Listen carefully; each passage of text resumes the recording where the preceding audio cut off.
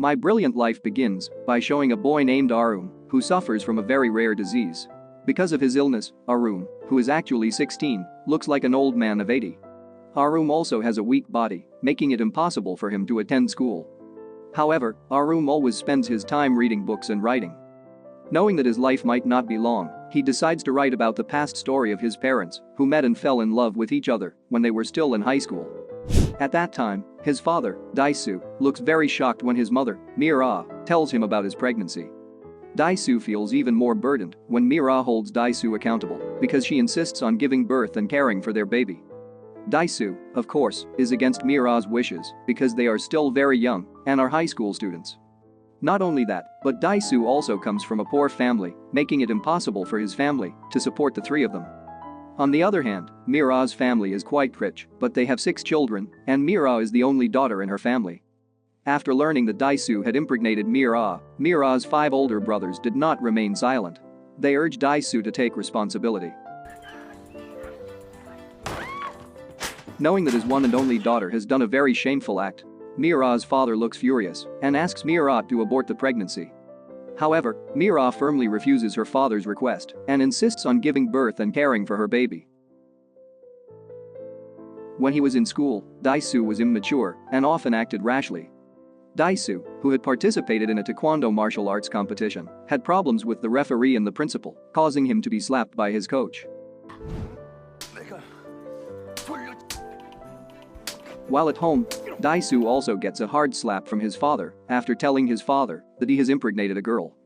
Annoyed that his father keeps scolding him, Dae-su finally decides to leave the house, never to return. Turning to the present, even though Arum was born with all his limitations, Dae-su and Mira love their son very much. Hearing the story of Arum, a television crew, a man named Seung-chan, searches out the family to make a documentary program about Arum and his condition. The life story of Arum and his parents was then told on a television show entitled The Inspirational Family, which tells of how Dae-su and Mira struggle to care for and raise Arum, who suffers from a rare disease with economic limitations in their family. Dae-su works as a taxi driver every day and Mira works in the laundry. Dae-su, who works as a taxi driver, sometimes invites Arum to come with him so that he doesn't feel like he's always in the house. However, not a few passengers object to Arum's presence because they are disgusted by his appearance, so they are reluctant to take a taxi driven by Dae-su. One night, Dae-su and Mira invite Arum to relax and enjoy the beautiful night sky view on the banks of the Han River. Dae-su then heads off to buy a drink. And not long after, Arum decides to catch up with his father. However, Arum runs into a group of students who bully him for having an ugly face. Dae-su, who saw this, then rushed to take Arum away from there. But then, the students act even more by insulting Arum, so Dae-su becomes furious, beats the students, and ends up at the police station.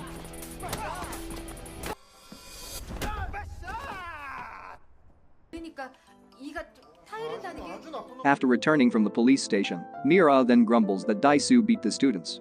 However, after Dae-su tells Arum what the delinquent students did, Mira becomes furious and wants to beat them up instead. For Arum, Mira is the best mother figure in the world because she has never once felt ashamed to have a child like him. Mira always strives for Arum to get the best care and treatment, even though she has to work hard to help her husband make ends meet and pay for Arum's medical expenses. Knowing that his parents always work hard day and night for his sake, Arum doesn't necessarily become a spoiled and whining child. He always tries to take his own medicine when he's sick because he doesn't want to bother his parents. One day, while Arum is checking something on his computer, he gets an email sent by Lee Soo-ha, a girl who is his age. Soo-ha finds out Arum's email address from the television show The Inspirational Family, which brought up the story of Arum's family.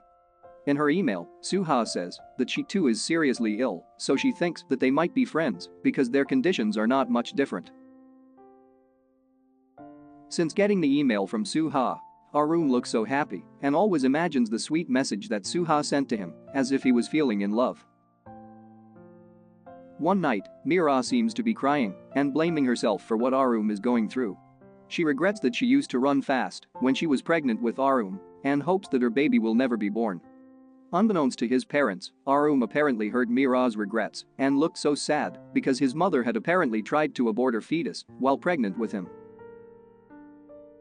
The next day, A-Ruem meets his one and only friend, a man named Mr. Jong.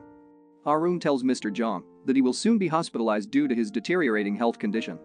He then tells about the email that Soo-ha sent to him, where Mr. Jong then suggests A-Ruem reply to Soo-ha's email immediately. Long story short, A-Ruem is now undergoing treatment at the hospital. Being only 16 years old, A-Ruem is placed in the children's ward. However, a boy in the room looks scared and cries when he sees A-Ruem's face. Meanwhile, there's also a boy who openly refers to A-Ruem as an old man.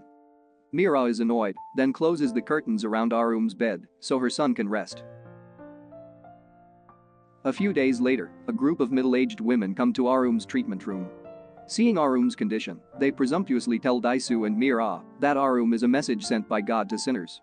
Dae-su, who was irritated by the women's words, then kicked them out of there. The next day, A-Ruem decides to reply to Soo-ha's emails, and since then, they have become frequent email messages to encourage each other and get to know each other better. One day, Seung-chan comes to see Mira and persuades her to make a documentary program about A-Ruem and his condition. However, Mira refuses because of A-Ruem's declining health condition. Unexpectedly, A-Ruem, who overheard his mother and Seung-chan's conversation, then accepted the offer because he felt fine. While having lunch accompanied by his mother, A-Ruem stumbles upon the nausea medicine in his mother's bag. Realizing that her son saw it, Mira then closed her bag and said that it was an ordinary vitamin. Elsewhere, Dae-su gets a part-time job offer as a bodyguard for one of the most popular girl groups in South Korea. Without thinking, Dae-su then accepts the job because he turns out to be their fan. After that, still beaming at the sight of his idol up close, Dae-su visits the hospital with delicious food for A-Ruem and Mira, telling them about his new job. The next day, Mr. Jong visits A-Ruem at the hospital. While they're chatting in the park, Seung-chan, who is about to discuss something with Mira, sees A-Ruem and greets him. A-Ruem then thanks Seung-chan because he got a lot of help and support because of the television show about him. A-Ruem then tells Seung-chan about Soo-ha, and he is very happy to have a friend who shares the same fate as him. A few days later, Seung-chan visits A-Ruem at the hospital and persuades him to give Soo-ha's email address because he plans to meet him with Soo-ha. However, A-Ruem says that Soo-ha asked him to keep her email address secret. While A-Ruem is filming, his health suddenly deteriorates, and so does his eyesight. Because of this, A-Ruem asks Soo-ha to send him a photo so that he can see it before he completely loses his sight. Soo-ha then grants A-Ruem's wish by sending a photo of her slender and beautiful hands. After that, Soo-ha hasn't emailed A-Ruem again for days, much to A-Ruem's worry. Besides that, A-Ruem's health condition is also getting worse, so the dose of his medicine needs to be increased. Realizing his dying condition, A-Ruem then asks the doctor how much time he has left. Due to A-Ruem's constant urging, the doctor says that his life is only 2 months away. After learning that he won't live much longer, A-Ruem then asks Mr. Jong to bring him alcohol because he desperately wants to taste alcohol for the first and last time in his life before death hits him. However, Mr. Jong is reluctant to comply with A-Ruem's request because he thinks that alcohol can harm his health. Meanwhile, after conducting an investigation, because he wanted to bring together A-Ruem and Soo-ha, Seung-chan finally finds out that an amateur film director, a man named Choi, has deliberately disguised himself as Soo-ha and texts A-Ruem for the script. A-Ruem, who finds out about it, suddenly feels shocked and hurt. He then becomes depressed because he has lost the opportunity to have a friend his age at the end of his life. Since knowing this fact, A-Ruem's attitude has changed drastically, and he has become more involved in playing games and neglecting his medication. Dae-su then becomes irritated with his son's behavior, but A-Ruem replies to his father's words by saying that he just wants to do whatever he wants before death hits him. Hearing A-Ruem's words, Dae-su feels very sad because he thinks he is a bad father to A-Ruem because he rarely makes time for him, so he doesn't know what his son wants. Dae-su can only cry in frustration, accompanied by his wife who is always loyal to him and takes care of A-Ruem. One day, when Dae-su is about to go to work, A-Ruem asks his father to take him because he really wants to see a live view of the star-studded night sky. Dae-su initially refuses to think about A-Ruem's health condition. However, feeling impatient, he secretly takes A-Ruem out of the hospital. After seeing such a beautiful view of the night sky, A-Ruem's vision suddenly worsens and he can't see anything. Hearing this, Dae-su rushes to take A-Ruem back to the hospital. Doctors say that Arum's condition has become critical due to excessive stress. Mira then tells Dae-su about a man who disguised himself as Suha to trick Arum just for his own sake.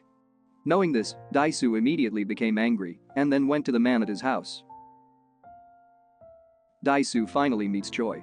Dae-su then beats Choi, but seeing Choi's deplorable condition, Dae-su finally stops beating him and tells about Arum's critical health condition.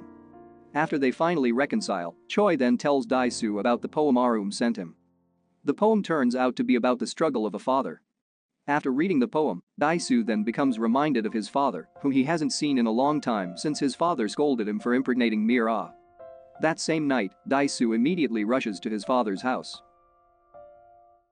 When he meets his father, Dae-su finally finds out that his father is the one who has made the biggest donation to help Arum's medical expenses. Knowing this, Dae-su can't help but cry and is very grateful to his father because it turns out that all this time, his father still cares for him and his family. Before leaving, Dae-su's father gives a hat as a gift to Arum. A few days later, Mr. Jong visits Arum at the hospital to fulfill his request for a taste of liquor before he dies.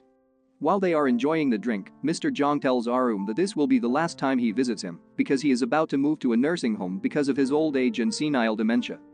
Before he said goodbye, Arum then took Mr. Jong because all this time, Mr. Jong is the only friend he has, and Arum is very grateful. Not long after, Christmas arrived. Dae-su and Mira give Arum a chance to ask him for anything he wants, since they have enough money right now. However, Arum's request turns out to be very simple. He just wants to hear the New Year's bells in the middle of town and asks his dad to print the writing saved on his iPad. Long story short, on New Year's Eve, Dae-su asks the doctor for permission to take Arum out of the hospital to fulfill his request to hear the New Year's bells. Because the traffic before New Year's Eve was hefty, they were then stuck in the middle of the traffic jam. Arum then hugs his mother and asks her to convey his message to his little sibling, who is still in the mother's womb. Hearing Arum's request, Mira was then surprised because she didn't think that Arum would find out that she was pregnant. After that, Arum asks his mother to read his father's previously printed paper. With tears in her eyes, Mira complied with her son's wish to read him a very beautiful written work. On the other hand, Dae-su also couldn't help but cry listening to the story. Arum then tells his parents that he will miss them both. Right after he delivered his last words, Arum finally breathed his last in his mother's arms, right on New Year's Eve. Mira and Dae-su finally couldn't hold back their tears anymore because the beloved son they had been fighting for finally had to give up. The moral that can be learned from this movie is, there are many reasons why we need to reflect on the remaining years of our lives. In that contemplation, usually, humans will think about how to live the rest of their lives. Doing good to everyone, creating work so that other people can remember through that work, making people around you happy or others. By watching Arum struggle at the end of his life, we learn that life is not always focused on us. But it also focuses on the people we love and how they continue to live after we leave them for good.